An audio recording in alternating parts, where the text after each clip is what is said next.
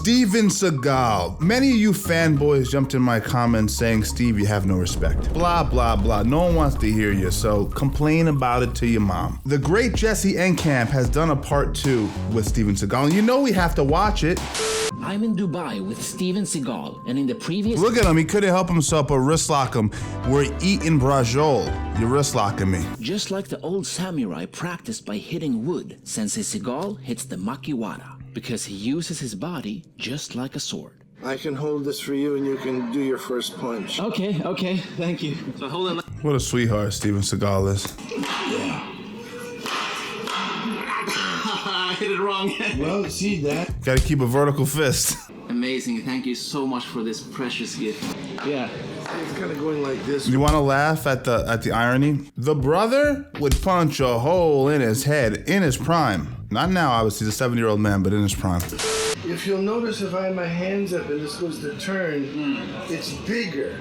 Yes. And it can get blocked easier. Oh, didn't we talk about that in the last video? If you guys remember, I talked about the difference between a horizontal punch and a vertical punch. Vertical punches are really good, specifically if you have big gloves on, because it's a great way to split the gloves, shrinking down the size of your fist. But you don't get as much snap on those punches, and that's the truth. Let's see what he has to say about it. Watch this. Okay, see, here's what's happening. Anticlimactic. Now watch this.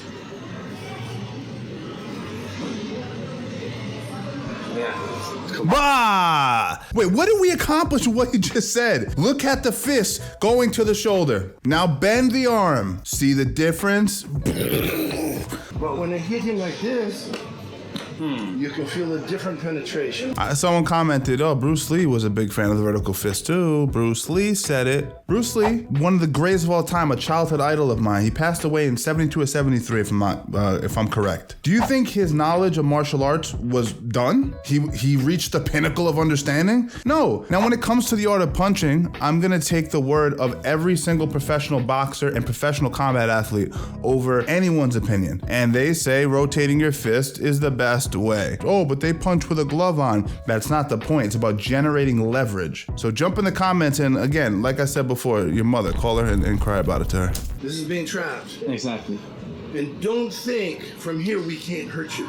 Because from here we can do a really great uppercut, really great. Actually, I enjoy that technique. I just covered that same concept off the inside tie on my Patreon. The idea of keeping an inside forearm to maintain inside real estate. We're talking about defending against the underhook, defending against your opponent, getting inside real estate. And so I have a lot of appreciation for that specific technique. I wouldn't go to a soloplex punch with a vertical fist off of that. I'd use more short range strikes, like short uppercuts, headbutts, shoulder strikes, elbows, knees, things of that nature. You're in close proximity. You don't want to be using long punches and things of that nature. It's kind of counterintuitive. Do you have a certain type of footwork to achieve this? In my footwork, it's always like a triangle. And I'm always sliding. Narrow feet, conducive to being tripped off balance and taken down. You know, he stated all fights end up on the feet, but if I foot sweep you and you end up on the ground, we're in a quagmire. If you move, just move like this. No, oh, leave your head exposed? Okay, cool. What are you blocking with that weird, odd hand positioning? Tell me now. And from here, take your shot. Yeah. You notice how I waited for the right body? Steven, you're really creating this kind of convoluted message. You're saying that sport and real self-defense are the same. Aikido is more of a discipline. Listen, you can either fight or you can't fight. You can't fight? Then call it yoga, but don't call it a fighting art. Because if you walk at me with your hands by your pectoral muscle, anyone who's trained in real combat sports, they're gonna kick your head off your shoulders. Spaghetti, for example. Okay. Yep. He looks at the camera to show you how impressive he is. He let me do it to him, but admire me now, please. Oh shit, use the wrestling takedown. Jesse, NCAA, Division 1. You're way too late, Oliver. Oh, now he's criticizing Oliver. Oliver using beautiful technique. I'm not a big fan of scooping the kick, but regardless, on a crescent angle, it actually works because he's flanked. Look at the movement, that movement, because he's a trained athlete, for God's sakes. Oliver's a trained athlete. And you're going to criticize him because it hurt your ego that he did it so well. And you people in the comments support this guy, this egomaniac? People are fucking crazy, huh? Would that work for Mawashigiri? So Mashigiri, but as you come, Right. wow, this is Jesse, do not entertain this. Jesse's actually the world's greatest troll. And he knows what he's doing, and I know what he's doing, and the Strangle Gang knows exactly what he's doing, and we love him for it. He's already starting to bruise. Yeah. Oh, okay.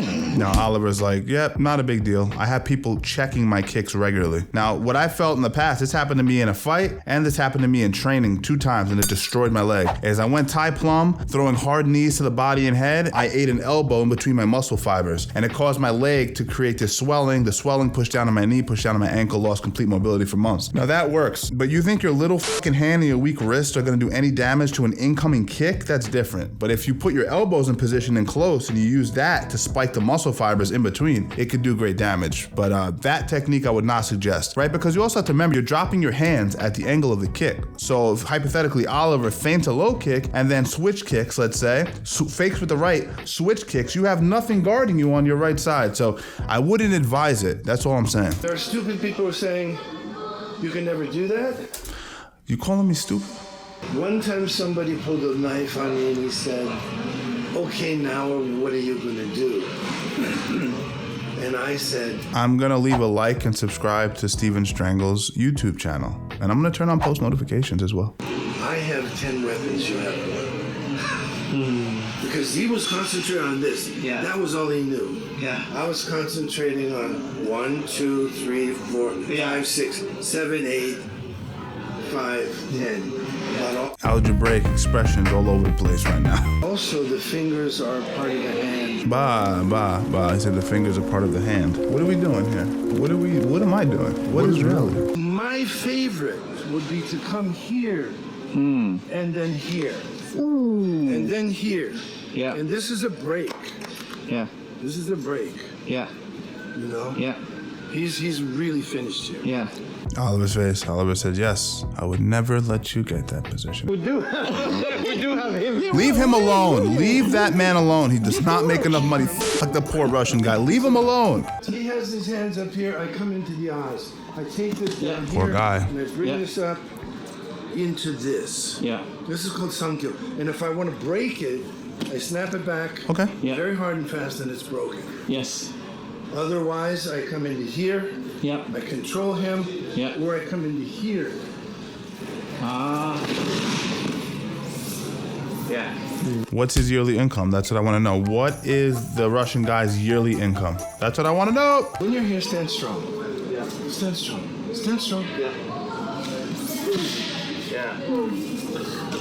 Bah, I like the little kick in the fucking chest, man. I like that kick. And the cool thing is, Little kick. this is legal in MMA. It is. Nobody does it. It won't work. Why won't it work? Well, the wrists are incredibly wrapped. That's one thing. So getting that angle to actually put stress on the joint is not going to happen. That's number one. Number two is, you think you're going to be able to grab a professional MMA guy's fingers like that? Get the fuck out of here. So this is how a good punch is. Just like a bird taking off into flight. Immediate. Just Yeah. it's effortless. Yes. You don't see it. Yep. 1 minute he's here, the next minute he's in the air. Watch. Don't move. Yeah. Did you see that? Yeah. You don't see it. No. Yeah. This is old 1970s trickery. Can't see it, it works. That's it. That's the actual demarcation line. That's how I know that it works, if you can't see it. There are thousands of amazing martial artists in America, including Danny Inosanto, Tadashi He's a legitimate legend. Yamashita, Fumio Demura, All Ed legends. Parker, and many more. But perhaps the most famous one was Bruce Lee. Did I know Bruce, talk to him, learn from him? Nothing like that. But I did get to see him and watch him and talk to him. And I can tell you that his sidekick, his yokogiri, was spectacular. Yeah. The best I've ever seen to this day. Much better than me ever was, ever will be, ever could be. His stuff with Uroken and punching the front stuff like that, yes, he was very fast, but I know other people also just as fast. Yeah. I'm speaking my opinion. Yeah, sure. Well, your opinion means more than anyone, so thank you, Steve. Oh, Jean LaBelle used to teach Bruce Lee, and Jean LaBelle beat him up and choked him out. If Jean LaBelle said that, and he probably did, he is a pitiful liar. Yeah. And in my opinion... Well, if Jean LaBelle truly did say that, I would have to agree with Steven Seagal in that. And why I say that is, it's like an unspoken rule. And I don't know about for the old timers, but you don't really talk about what happens in training unless it's an agreed upon thing. But I don't go and tell you who I beat up in training, or how I did against this professional fighter or that professional fighter to like bolster myself up. That's looked down upon in amongst real martial artists and especially combat sports athletes. I agree with him, and if he did say that about the legend Bruce Lee, I mean that's corny. And Bruce was like 145 pounds soaking wet. Like, that's not impressive. The fact that a lot of people seem to exaggerate Bruce Lee's abilities. Why do they put him on such a high pedestal? I mean, people love to have a hero. They love to have this mythical, idea of someone larger than life and bigger than life. Yeah, in many ways, he probably was. He was amazing. Yeah. He was amazing. Yeah. I really appreciate Steven Seagal saying that. Obviously, this is the second interview part, so I'm seeing the full context of what I finished off with in the last video. And I think he paid pretty good respect to Bruce. And it is true, we all want this sort of mythical creature, this all-knowing being to kind of, inspire us. But what Bruce did amazingly in a time before competitive combat sports really meant anything is Bruce excited imagination. He made us feel as if we can do something that was empowering and bouldering. And I think that is worth as much as knocking someone out for a UFC title.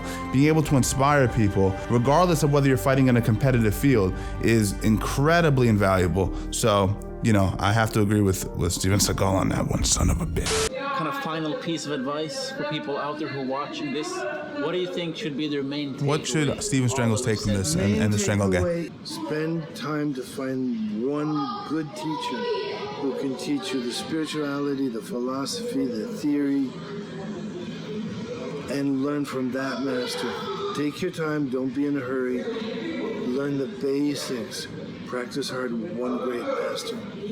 A lot of you guys are going to say, and Steven doesn't agree with this, right? Because he has a more, neo approach to training, right? Cross training and having multiple learning from the best. Yes, I agree with that. Okay, that's more of a modern approach. And if you're a competitive athlete, I agree with that. And it's probably beneficial. But I have to side with Steven Seagal again. I didn't expect this. God damn it. See, the power of being loyal to one teacher, and I've always been loyal to one trainer in respective fields. I've really tried to do that. But when you find that right teacher, that right coach, it's important to stay loyal to them. And because it does more than just make you a good fighter. It gives you someone that you feel like you respect, and it's going to hold you accountable for training and being technically responsible. And although I agree with cross training and I think it's fine, I find that having one great master is incredibly valuable.